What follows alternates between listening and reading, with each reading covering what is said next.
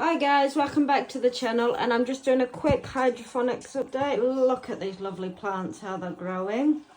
More, it's all full there with little ones growing. And some even ones down there. It's completely full. So what I've done is I've created a DIY hydroponics system, which will be monitored.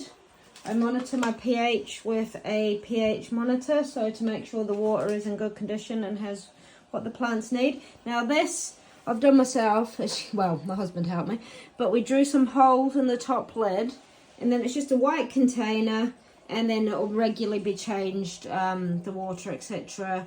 And I've just got soil in the top. Now for these, what I will be doing is putting bigger plants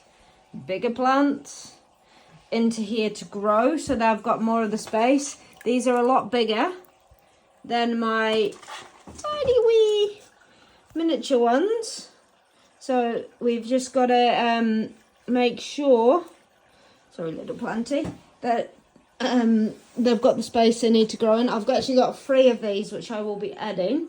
I'm not quite sure how they're all going to fit in, but hey ho, we made good of the space we've got. So there you go guys, I will come back with a little bit of an update once the plants are in. So there we have it, hydroponics next stage.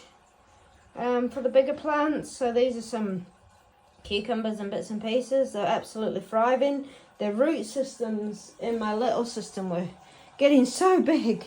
Now I've got another 2 of these I can do this size, and plenty of these little pots to go in it, so I've just got to decide if that's what I want to do, if I want to make them bigger, and how it's all going to fit in, because I actually have to be able to close the door in this room.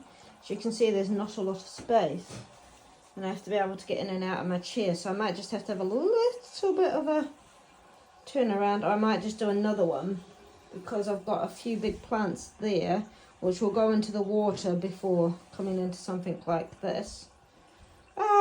So many choices. So yep.